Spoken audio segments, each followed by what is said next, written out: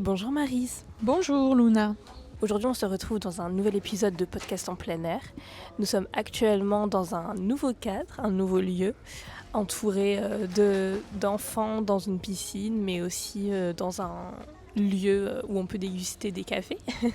Très bien, donc ça va nous donner le thème du jour. Oui, complètement. Je pense que le thème du jour c'est comment trouver la confiance en soi et dépasser notre timidité ou voilà. Peut-être qu'il serait bien, Luna, de commencer par une définition de la confiance en soi pour nous chez MMDV. Complètement. Je pense que la confiance en soi c'est tout simplement oser. Alors, il est vrai que lorsqu'on parle de confiance en soi, souvent c'est, on va dire, juste le fait d'évoquer ce thème. Il y a déjà en nous, ou peut-être même chez nos auditeurs, une crispation parce que on considère souvent que la confiance en soi, c'est tout un concept et que pour y accéder, c'est un peu comme s'il y avait des remèdes, comme si on était malade et qu'on avait une carence en confiance en soi et qu'il fallait trouver, je ne sais pas moi, un sirop, une gélule pour nous donner cette confiance en soi. Est-ce que c'est ça, la confiance en soi, Luna ? Absolument pas. C'est pas quelque chose qui se contrôle. Est-ce qu'on peut vraiment agir dessus ? Je pense que c'est quelque chose sur lequel on peut évidemment travailler pour gagner en aisance, gagner en un peu plus d'élan, etc.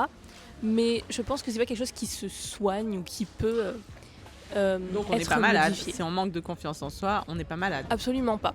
C'est quelque chose de, je pense, naturel que beaucoup de personnes traversent à un moment donné. Il s'agit juste de réussir à trouver un point d'ancrage pour essayer de... Wow. Un papillon passe au moment où je dis ça. Je pense qu'il a validé. Ouais, c'est un point d'ancrage. C'est mon point d'ancrage. C'est vraiment trouver un point d'ancrage pour oser y aller malgré les peurs, les craintes, la timidité peut-être. Je ne sais pas si on peut parler de timidité, mais en tout cas c'est peut-être juste la peur d'y aller.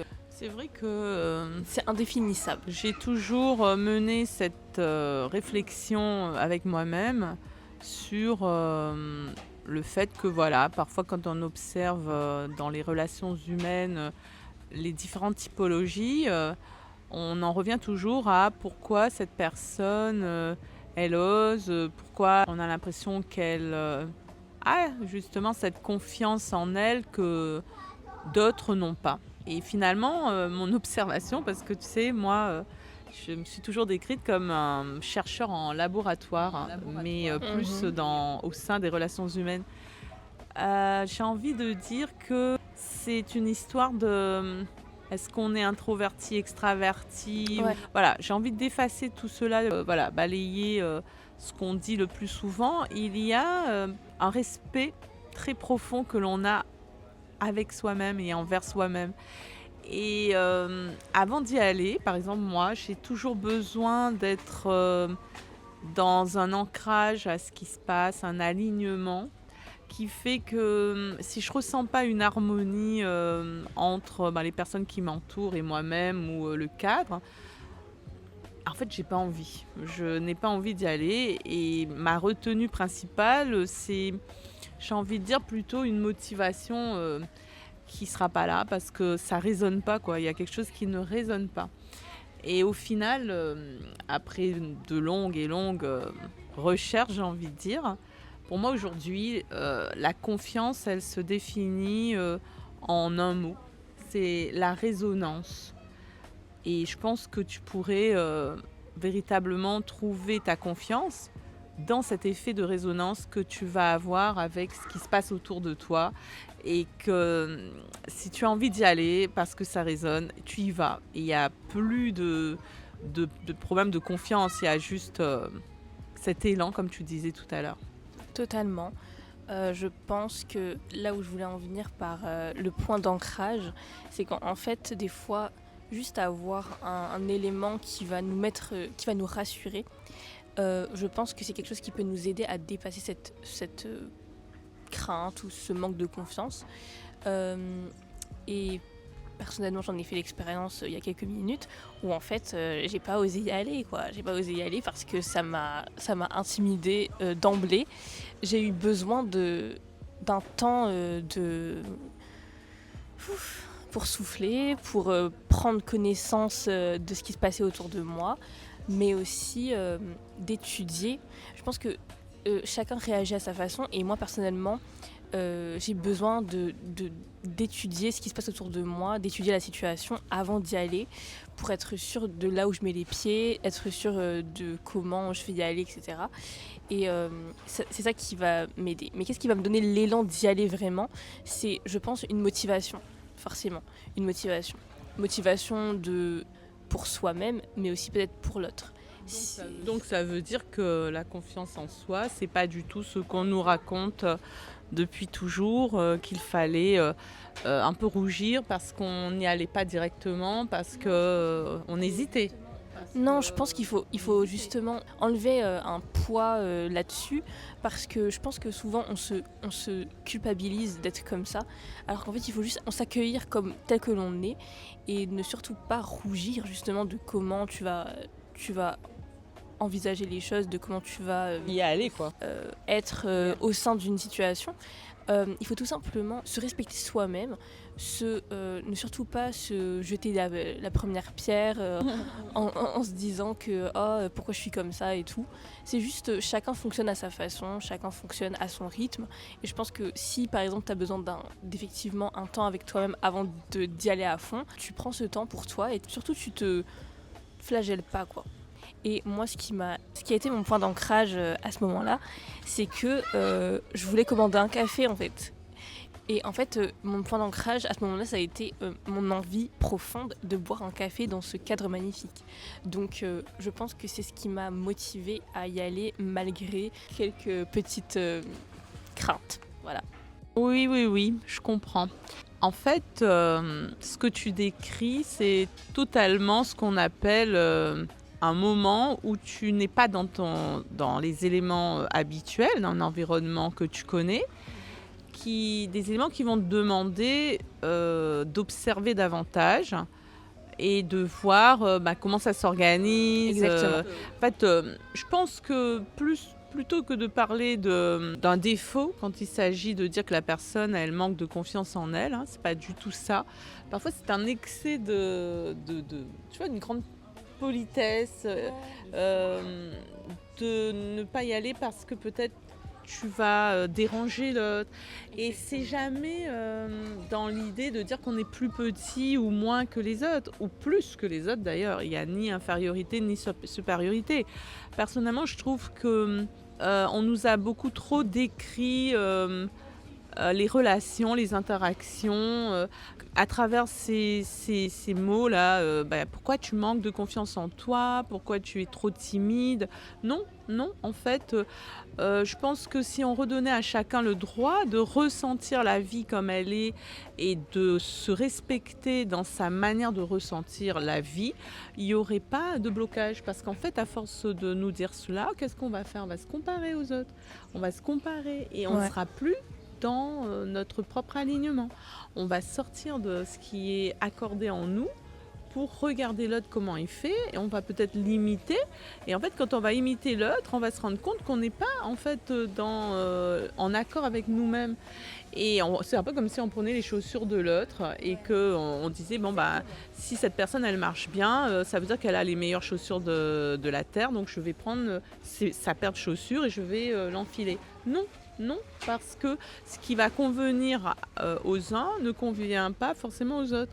Et il n'y a pas de morale à apporter même dans l'éducation d'un parent à l'égard d'un enfant, en lui disant, là on est à côté de la piscine, on voit des jeunes enfants, certains y vont naturellement, ils osent, ils se jettent à l'eau, et d'autres sont un peu en train d'attendre, ils observent, ils y vont mais à leur manière, mais par contre si tu les stresses en leur disant mais pourquoi tu n'y vas pas, c'est pas bien, regarde l'autre, en fait ça va le blesser en fait dans son petit cœur d'enfant et il va se sentir forcément mal parce qu'il a comme l'impression... Ça va avoir l'effet inverse. Oui, il va avoir l'impression que ça va pas du tout, qu'il est pas vas comme jamais y les arriver. autres. Et en fait, c'est ça. Est-ce que la confiance en soi, c'est de donner des ordres aux autres, d'être celui qui décide pour les autres, qui oblige en fait les autres à se comporter comme eux, parce qu'ils ont décidé de se comporter comme ça, tu comprends?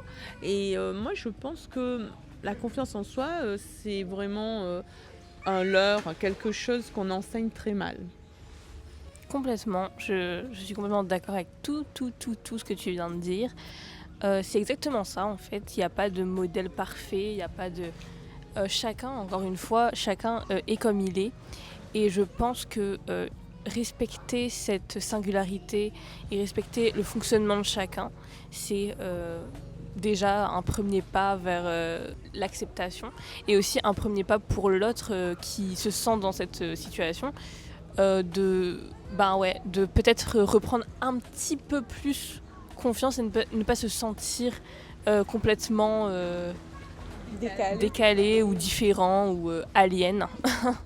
Ouais, bah voilà, parce que moi j'estime que est-ce que quelqu'un a vraiment confiance en lui quand il marche sur les plates-bandes des autres, quand il ne regarde pas les autres et qu'il, j'ai envie de dire, se vautre sur les autres, c'est-à-dire qu'il est dans ses propres codes et on va dire, ah ouais, il est affirmé, mais il est surtout en train de déborder en fait sur les autres. Et peut-être que celui qu'on va juger comme timide ou qui a un problème de confiance, c'est peut-être celui qui se dit mais qu'est-ce qui se passe? Pourquoi est-ce que il y a cette impression qu'on n'est pas dans quelque chose de juste et que l'autre vient un peu me confronter, m'obliger à prendre un style qui n'est pas le mien ou des habitudes qui ne sont pas les miennes.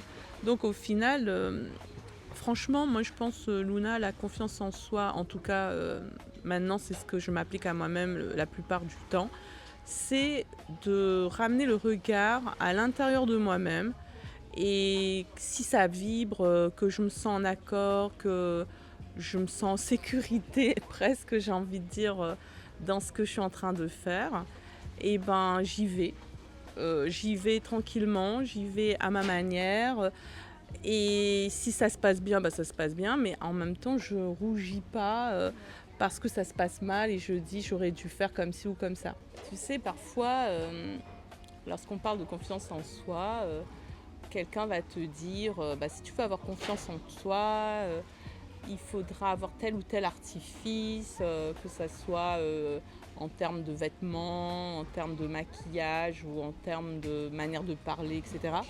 Et en fait, ce qui va se passer, c'est que tu vas penser que parce que tu portes aujourd'hui des chaussures rouges, que ta confiance en toi, elle vient du fait de porter des chaussures rouges. Et que le jour où tu n'auras pas tes chaussures rouges, et ben, tu n'auras plus confiance en toi. Et ben, c'est là où on voit que la confiance en soi, elle se fabrique pas. Elle se fabrique pas. Moi, je pense que le point d'ancrage, il se trouve dans la situation. C'est-à-dire que au sein même de la situation, il n'y a pas un seul point d'ancrage. C'est-à-dire que c'est plus, peu importe la situation dans laquelle tu es, tu arrives te connaître tellement que tu sais que tu vas trouver un point d'ancrage dans cette situation. Par exemple, là, c'était parce que j'allais commander un café et mon point d'ancrage, c'était que dans mon envie de boire ce café. On aime bien finalement faire ce genre de podcast où on est en direct même d'une situation, d'un lieu et finalement on analyse un petit peu nous, nous en tant qu'acteurs dans ce lieu, mais aussi les autres au final. Alors, est-ce que, pour revenir à notre thème qui est sur la confiance en soi, est-ce que tu pourrais donner, en ce qui te concerne, des trucs et astuces que tu appliques et qui te permettent d'avoir du résultat? Par exemple, moi, en fait, j'ai pour habitude, quand je me sens pas vraiment en confiance, de changer de ton. C'est-à-dire je vais passer de quelque chose où souvent moi je suis dans le côté concentré, sérieuse, et je vais prendre la situation qui se passe autour de moi dans un regard plus drôle, plus humoristique. Je vais rigoler de la situation pour ne pas en faire un problème. Et à partir du fait de trouver ça drôle, là, je vais pouvoir trouver la motivation pour aller chercher la solution. Je pense que le problème de confiance en soi vient véritablement d'une interprétation qui parfois nous fait mal juger ou analyser une situation et qui va nous donner comme l'impression qu'on n'est pas capable donc d'aller dans l'action à la manière qu'on s'imagine qu'on doit aller dans l'action. C'est-à-dire qu'il y a comme de notre part une impression que dans la vie, tout est automatisé et que ceux qui ont l'air, je dis bien ont l'air d'avoir confiance en eux, ils ont toutes les bonnes étapes de réussite avec tout est vert. Et que, en fait, toi, si tu hésites et que tu ne sais pas comment y aller, tu vois tout rouge, tout sombre, et tu dis j'ai pas le code ou je ne sais pas comment faire. Est-ce que tu penses, Luna, que quand on vit, on a on va dire quelque chose qui est déjà prévu à l'avance et que tout est robotisé, automatisé, avec les mêmes codes? Absolument pas. Absolument pas.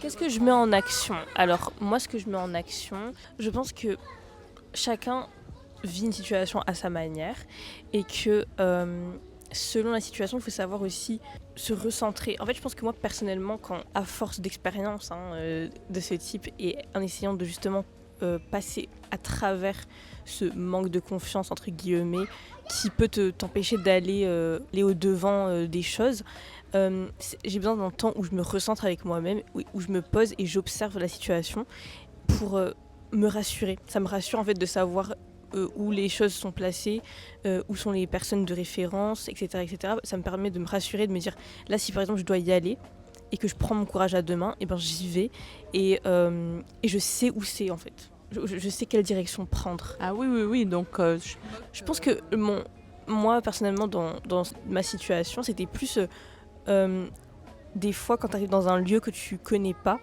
tu as besoin de prendre tes repères. Voilà, c'est plus des fois tu as une perte de repères et cette perte de repères te fait perdre une sorte de confiance en toi.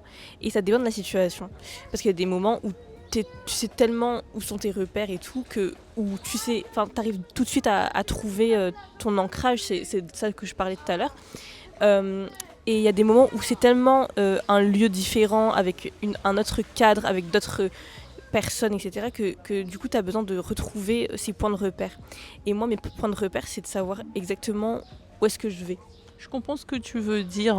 Tu sais, je pense que sur la confiance en soi, ça m'évoque un souvenir d'enfance au collège en cours de natation, quand le professeur nous a obligés à sauter d'un plongeoir qui était hyper haut. C'est pas tellement pour moi la peur de plonger qui est arrivée, c'est qu'on me laisse le temps de respirer et d'y aller quand je me sentais prête. Et m'a poussée en fait, poussée à l'eau. Alors j'étais très jeune, mais j'ai gardé de cela un traumatisme. Parce que bien sûr que dans l'action d'une classe, on est pressé, tout le monde doit y aller, mais pousser quelqu'un comme ça dans le dos comme ça, que tu n'es pas vraiment prêt ni à être poussé ni à arriver dans le bassin de 4 mètres de profondeur. Forcément, j'en garde encore des souvenirs, ça me glace encore. Mais je n'en veux pas donc à la personne parce que bien sûr, c'est pas. Je pense que c'est dans l'action, le fait de dire vas-y, c'est comme ça que tu vas apprendre. Non, moi, je suis contre cette manière d'apprendre par le traumatisme. Aujourd'hui, j'en rigole, mais je veux dire, waouh, pousser quelqu'un dans un bassin de 4 mètres, et en plus, je ne savais pas encore nager, donc, tu vois, et la confiance en soi, c'est pas ça du tout, c'est pas de dire j'y vais quand je suis pas prête. En fait, il faut laisser, la confiance en soi, c'est d'aller, comme tu viens de le dire un peu avant, au moment juste. C'est exactement ça en fait. Et moi personnellement j'ai une histoire similaire, sauf que c'est un autre angle. Ça tombe bien, on est au bord de la piscine. C'est peut-être ça qui a réveillé nos traumas. C'est la meilleure façon de les guérir, les traumas. En fait, moi, c'était plus... c'est même pas on m'a poussé, c'est moi j'y suis allée alors que... Raconte-nous ce moment fort. J'étais petite encore, on avait un cours de natation. Et on devait, évidemment, quand on est enfant, on doit porter la ceinture, la ceinture qui nous fait flotter dans l'eau. Et notamment quand on nous emmène pour nous apprendre à nager dans le grand bassin. Et le truc, c'est que moi, à ce moment-là, je voyais les autres qui sautaient. Et je voyais, il y avait des personnes, des adolescents, des gens un peu plus grands que moi à ce moment-là, qui sautaient dans le grand bain avec confiance et tout. Et moi, avec ma ceinture, en fait, comme je flottais dans l'eau, et je pensais que moi aussi je pouvais sauter. Qu'est-ce que tu as fait? Faire le grand saut, quoi. Et du coup, j'ai enlevé la ceinture. Ah, quand même. Je suis allée d'un pas décidé. Sur le plongeoir. Sans ta ceinture. Sans ma ceinture. Et j'ai sauté. Ok, j'ai sauté à l'eau. Alors que tu ne savais pas encore nager. Me dire, waouh, Luna, tu Waouh, n'as pas quelle confiance en toi. et tout. Mais je suis arrivée dans l'eau. Et en fait, tout d'un coup, j'ai cru que j'allais me noyer, quoi. Et du coup, oui, parce que tu savais pas encore nager. Alors, c'est quand même profond, quoi. Et donc, je commençais à perdre un peu l'air. Et bien évidemment, la professeure à ce moment-là était vraiment... Elle a sauté à l'eau. Elle est venue me sauver, quoi. Mais du coup, je pense que j'ai gardé un peu pas un trauma, mais un truc de ça, où en fait, t'as osé sauter dans l'eau, mais à un moment donné, je suis dans l'eau, maintenant qu'est-ce que je fais, en fait? C'est ça. Mais alors ça montre que, contrairement à ce qu'on nous dit, le mimétisme ou l'imitation, c'est limite quand même. Parce que en fait, on veut faire comme les autres, mais si on n'est pas encore prêt, c'est dangereux. Donc c'est un très bon exemple, je trouve, sur la confiance en soi. C'est très très intéressant. Cette histoire de piscine, parce qu'en fait ça veut tout dire. C'est oser. Tu peux oser, mais si t'es pas prêt, c'est ça en fait la conclusion. Si t'es pas prêt, ça sert à rien. Parce que tu finiras par perdre un peu pied, quoi.